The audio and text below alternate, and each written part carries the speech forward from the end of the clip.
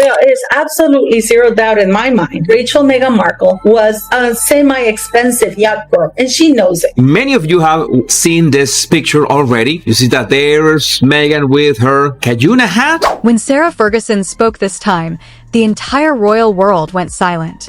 Her words weren't whispers of gossip. They were a live grenade thrown into Buckingham Palace. Everything happened because of Fergie. One line, just a few words, shattered the calm of Buckingham Palace. It hit like a lightning bolt, blindsiding Prince Harry and dragging Meghan Markle into one of the most scandalous storms the royal family has ever faced. Meghan Markle was introduced by Sarah Ferguson to Prince Harry. It began so casually, a light chat, Fergie's trademark smirk, the kind that always hinted she knew more than she said.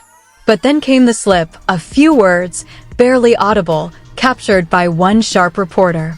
Words that detonated a royal bomb. Meghan was Andrew's first client. He said Miss Markle was a close companion to Prince Andrew. In an instant, headlines exploded like wildfire. Social media lost its mind, timelines flooded, hashtags ignited, and within hours, Meghan's Yacht Days was trending across the globe. But here's where the story twisted. This wasn't some whisper born in the shadows. It had roots, whispers of truth buried deep beneath royal polish. Meghan Markle was introduced through Marcus Anderson to Sarah Ferguson. Sarah Ferguson, the Duchess who's been silenced, exiled, and resurrected more times than any royal alive, had just dropped a shadow darker than anything before. And this time, she wasn't retreating. Behind sealed palace doors, Harry was said to be reeling, aides scrambling in panic as the firm's legendary wall of silence began to splinter. What on earth did Fergie mean by first client? Why choose not to speak? And what hidden history could possibly link Meghan Markle, Hollywood's polished duchess, to Prince Andrew's most dangerous circle of secrets? According to people, she got started her yachting days and she never stopped really. I don't think any of her boyfriends knew about it, but Meghan Markle was known as a hardcore yacht partying person, ready for anything. This wasn't just another royal scandal. It was a ticking time bomb aimed straight at the heart of the monarchy. A story capable of ripping open wounds the crown had spent decades burying. And as new voices emerged from the shadows, one haunting question echoed through every whisper in Windsor. Did Fergie slip up? Or did she just ignite the fire that could bring the entire House of Windsor crashing down? Because what followed next, no one, not even the royals themselves, was prepared to face. She was a yacht girl. That's right. It's mentioned in the book. Meghan used to entertain as a yacht girl. Now, I'm not saying it's true. I'm not saying it happened, but I am saying Harry knows. It seemed like just another polished royal weekend, charity luncheons, stiff smiles, and that air of rehearsed perfection the crown wears so well. But beneath the surface, something dangerous was stirring. Whispers of a private slip from Sarah Ferguson had already trickled into insider circles long before the story hit daylight. At first, it sounded absurd. Fergie, of all people, would never make that mistake. She'd survived decades of scandal and knew how a single careless word could spark a media inferno. Yet this time, she wasn't holding back. At a private Mayfair gathering, an elegant mix of old aristocrats and hungry journalists, she dropped a line that split the room like thunder. With that mischievous grin only Fergie could pull off, she said, "People forget, Meghan's first royal connection wasn't Harry." The laughter that followed was awkward, nervous. Everyone assumed it was one of her jokes. But her eyes? They told a different story. It wasn't a joke. It was a warning, one that no one in that room would ever forget. And I wonder if Prince Andrew's going to come out and say, "Hey, Harry, I did your wife quite a few times on yachts before you." Those few words moved faster than champagne bubbles at a royal banquet. Within hours, palace phones were lighting up, whispers flying through encrypted chats and newsroom inboxes. The phrase Andrew's first client was suddenly everywhere, from private gossip circles to trending hashtags. Inside the palace, tension snapped. One insider claimed Harry refused to believe it. He'd heard every kind of rumor before, but this was different. It came from inside the royal walls, from someone who had known Andrew's darkness better than anyone still breathing. By midnight, What started as idle gossip had mutated into a full-blown credibility crisis. Royal reporters were already mapping connections, linking Meghan's Hollywood past to Andrew's infamous yacht circles, the ones forever stained by scandal. Behind closed doors, the palace's PR machine scrambled to douse the flames, whispering no comment, while journalists loaded their pens like weapons. And we also have this. This is Karina Shuliak, Epstein's girlfriend. And the only times she traveled and went anywhere was with him. And guess who's on the other end with her Panama hat? Behind those golden palace doors, an unspoken question pulsed through the halls. Was Fergie unearthing a truth the firm had long buried? Or was she exacting revenge for years of humiliation? And if this was payback, it was only the opening shot. Before the tiaras, the televised weddings, and the Montecito mansions, Meghan Markle belonged to a world built on hustle, ambition, and reinvention. Hollywood had no mercy for dreamers, and Meghan understood that better than most. Between brief acting gigs, charity galas, and glittering red carpets, she carved her identity with careful precision. Always graceful, always calculating. But beneath the charm burned a fierce hunger, a determination to rise above the nameless crowd that Hollywood chews up and forgets. Friends from those early years remember her as magnetic, deliberate, the kind of woman who could walk into a crowded room and command it without saying a word. She moved fluidly between circles of power, producers, tycoons, socialites, even brushing shoulders with a few figures who, though discreet, carried the unmistakable scent of royal proximity. Jeffrey Epstein was also Harvey Weinstein, very prominent. There were members. Meghan Markle was just one of the working girls for Soho House. Call girl, working girl, escort, whatever you want to call it. That's what she was. Amid those glittering circles were the infamous yacht gatherings, opulent floating kingdoms where power was traded in glances and fortunes in whispers. These weren't the sleazy scenes tabloids love to exaggerate, but they were far from pure. Deals were struck, alliances formed, and reputations built or quietly destroyed under the hum of ocean waves and champagne toasts. Whispers claim Meghan had graced a few of those luxury decks while climbing her way up, not as a scandal, but as strategy. There's no solid proof, only blurry photos, cryptic guest lists, and scattered accounts that later re-emerged like ghosts. Yet it was that haze of half-truths that made Fergie's comments sting like acid. By tying Meghan's so-called yacht days to Prince Andrew's shadowed world, Fergie didn't just spread gossip, she rewrote history. Overnight, Meghan's pre-royal story transformed from ambition to intrigue.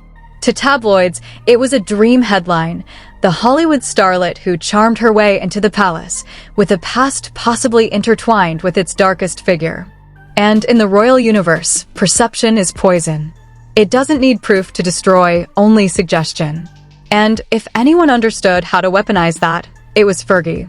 Prince Andrew, have you noticed how he completely avoids looking at Meghan Markle when she's around him or when she was around him? To understand the earthquake Fergie triggered, you have to step into the long, dark shadow of Prince Andrew, once hailed as the dashing royal hero, now forever stained by scandal. For decades, he floated through life wrapped in privilege, intoxicated by power and indulgence. From sun-soaked islands to private yacht parties glittering across the Mediterranean, Andrew embodied the monarchy's most dangerous addiction, excess without consequence. Those closest to him whispered of a man consumed by ego, surrounded by enablers who mistook his appetite for influence as charm. But that illusion shattered violently. His links to notorious financiers, his ties to figures cloaked in disgrace, they dragged his royal name into infamy. Then came the Epstein connection, the interview that scorched Buckingham's reputation and the public's verdict. Prince Andrew was no longer untouchable, he was radioactive. So when Fergie's supposed remark hit the air, it detonated like a royal bomb. The world already saw Andrew as the family's weak spot, the one no crown could protect. Connecting Meghan to him wasn't gossip, it was a nuclear accusation. It wasn't just questioning her past, it was dragging the Duchess of Sussex into the darkest, most unforgivable chapter of royal history. And here we have Andrew, with whom looks like Marcus Anderson. This is in 2001, when Meghan Markle would have allegedly been on third year. Meghan Markle hardly spent any time at Northwestern University. The faintest hint that Meghan might have once brushed shoulders with Andrew's infamous inner circle was all the tabloids needed to ignite chaos. For the firm, it was a full-blown crisis, two of the monarchy's most polarizing figures suddenly linked in one headline. And while Andrew hid away in quiet exile, Fergie's words resurrected his ghost, letting it stretch straight across Meghan's carefully curated image. Because once Andrew's name enters the narrative, silence isn't protection, it's gasoline. Normally, when Sarah Ferguson speaks, people listen out of curiosity. But this time, her voice struck like lightning across royal high society. At a supposedly private gathering in a discreet London square, she leaned forward with that wicked sparkle in her eye and whispered, "Let's just say Meghan was Andrew's first client." The delivery was smooth, almost teasing, but the air snapped tight. Every face around her froze. That single phrase carried enough weight to burn reputations to ash. Within hours, the alleged remark had escaped into the wild. By morning, journalists were circling like vultures, dissecting every syllable. Did Fergie mean client as a biting metaphor, a jab at Meghan's ambitious networking, or something literal, something far darker buried in Andrew's scandalous past? The uncertainty was lethal. The more people questioned her meaning, the bigger the fire grew. I know what you're going to say. Maybe it was just that one trip. No, there were quite a few trips. There's actually quite a lot of pictures about them. There are 2 pictures that leaked. Fergie, as always, played the game her way. She neither confirmed nor denied what she'd said. Instead, she smiled that enigmatic smile reporters know too well, the kind that reveals nothing and suggests everything. Behind palace walls, chaos brewed. Staff scrambled to control the fallout, desperate to shield senior royals from the blast. Whispers spread fast, Fergie's gone rogue again. But beneath the outrage, a darker realization flickered. She knew exactly what she was doing. Ferguson has built her entire public life on the knife's edge between confession and catastrophe. This wasn't a slip of the tongue, it was a deliberate detonation. By linking Meghan's name to Andrew's disgraced legacy, she didn't just reignite gossip, she rewrote the royal story. Suddenly, Meghan's silence looked strategic. Harry's visible tension justified. And the world waited for answers that never came. Then came the chilling question, why now? Every royal revelation hides a motive, and Sarah Ferguson's bombshell was no exception. To understand it, you have to look at her long, volatile dance with the monarchy, a saga of exile, redemption, and relentless reinvention. Fergie has never been a stranger to scandal. From her tabloid humiliation over the toe-sucking fiasco to her financial collapses and tearful apologies, she's lived every chapter of public disgrace. Yet each time she was cast out, she clawed her way back, polished smile, practiced charm, unbreakable will. So when she suddenly invoked Meghan's name, it wasn't random. It was strategy, and the royals knew it. Could be also happening that the royal family is saying, hey, if you put a book out about Meghan Markle and completely destroy everything and really tell the people how Meghan met him. Some royal insiders whisper that this was pure revenge, Fergie's elegant retaliation for years of being treated like an outsider by the very institution that later embraced Meghan with open arms. Others say it was her power play, a calculated reminder that she still knows how to bend the spotlight her way. And then there are those who think she was simply doing what she's always done best, playing the media like a seasoned strategist, creating controlled chaos to make herself relevant again while the crown's gaze shifted elsewhere. But there's another theory, that she was trying to shield Andrew, to shift the glare of scandal away from his disgraced name by creating a bigger distraction. Whatever her motive, one truth remains undeniable. Fergie understands timing like few others alive. She's survived decades of public humiliation by perfecting the art of half-truths, feeding the press just enough to keep them hungry, but never enough to destroy her. This, though, may be her boldest move yet. With a single sentence, she redirected the world's attention, tore open old royal wounds, and reclaimed her throne in the headlines she once ruled.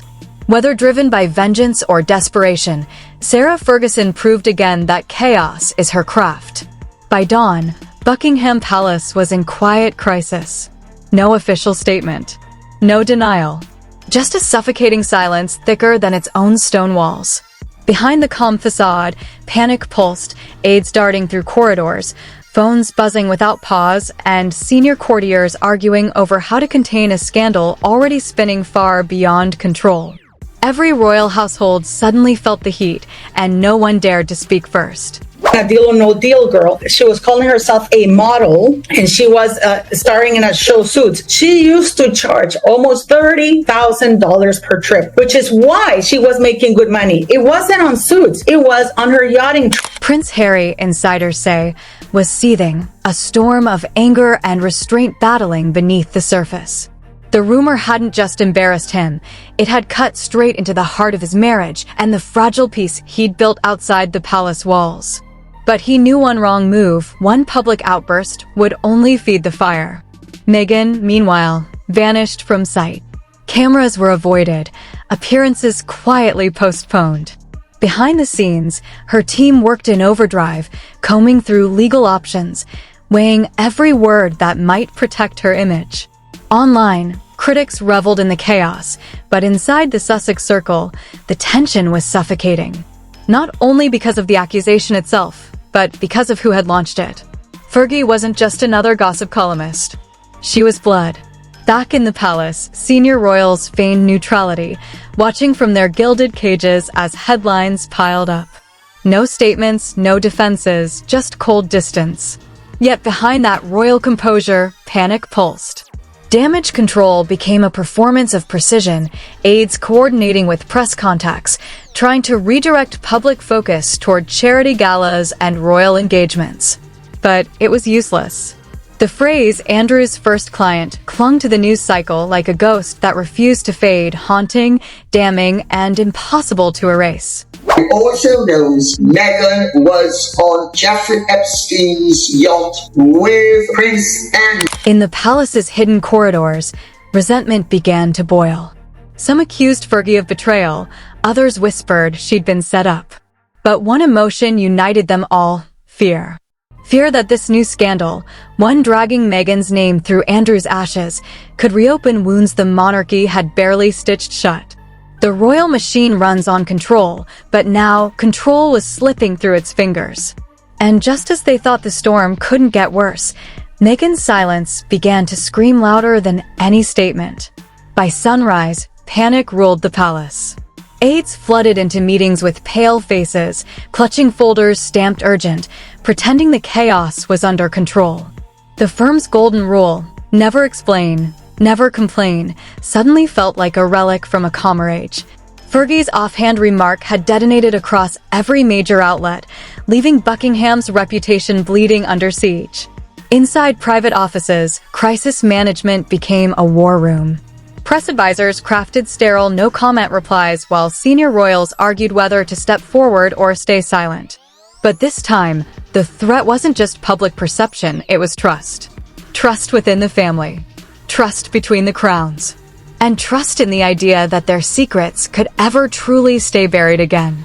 This woman knows that she's in trouble with Fergie because she knows where Meghan Markle's bodies are buried. She knows that Meghan Markle has been yachting. In fact, they had friction because Meghan had originally set her sights on Prince Andrew, but she lucked out with the idiot Harry. Not in a million years did Meghan think that she was going to score Prince Harry. She thought she was going to score Andrew until Fergie put a stop. Fergie's words hadn't come from an enemy. They'd come from inside the royal circle. That betrayal cut deeper than any tabloid headline ever could. Insiders whispered that Harry was shaken to his core, torn between confronting Fergie himself or letting the lawyers strike quietly behind the scenes. Meghan, meanwhile, vanished completely. Her silence wasn't avoidance anymore. It was deafening, feeding every rumor that swirled online. Inside the palace, the air grew heavy. Doors slammed quicker, voices dropped to whispers, and even practiced smiles began to crack. Every casual word felt dangerous, every glance a potential leak. Courtiers scrambled to shift the public's gaze back to royal duties, but the audience wasn't fooled. The story had grown claws, and it wasn't letting go. Each royal appearance now carried invisible weight, every camera flash asking the same unspoken question. Behind the polished smiles and photo ops, the family held its breath, praying the chaos would fade like all the scandals before. But this time, something was different. The enemy wasn't the press, it was one of their own. As the dust slowly settled, if it ever truly could, one truth stood unshaken. Sarah Ferguson's casual remark had redrawn the royal battlefield. What began as a whispered aside had erupted into a war of loyalty, image, and power, and the monarchy would never look the same again. My opinion, in my analysis, and my experience of decades, this kind of analysis, for me, is the real deal. If a photo such as this of Meghan Markle with Prince Andrew years ago surfaces, that will be quite honest. Meghan's silence still hangs over the palace like a storm refusing to break. Harry's trust is cracked, and the royal institution once again finds itself haunted by ghosts it swore were buried for good. But maybe that's just the royal pattern. Every time they try to tighten their grip on the narrative, another secret claws its way to the surface. The question now isn't if Fergie went too far, it's what else she might be hiding. Because if this is what she's willing to say in public, imagine the whispers echoing behind those palace walls.